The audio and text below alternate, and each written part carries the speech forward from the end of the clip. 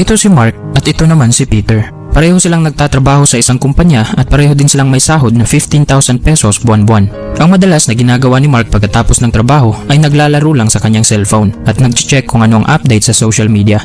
Ang ginagawa naman ni Peter pagkatapos ng trabaho ay nagbabasa ng mga business books. Gumagamit din siya ng cellphone upang makapanood ng educational videos at makabasa ng mga business article. Aside sa pinagkaiba ng kanilang lifestyle, magkaiba rin ang kanilang ugali sa paghandle ng pera. Si Mark ay hindi nag-iipon. Palagi niyang ginagamit ang dahilan na maliit lang kasi ang kanyang sahod. Habang si Peter naman ay palaging naghahanap ng paraan kung paano kaya siya makakapag-ipon ng 10% sa kanyang income. Patuloy na nagrereklamo si Mark at kung magkano ang kanyang income, yun lang din ang kanyang gastos. Si Peter naman ay patuloy na iniipon ang nakaugalian na 10% ng kanyang income. Pagkalipas ng 5 taon, nakapag-ipon na ng 90,000 pesos si Peter at sinubukan na rin niyang pumasok sa pagnenegosyo habang blanco pa rin ang savings account ni Mark.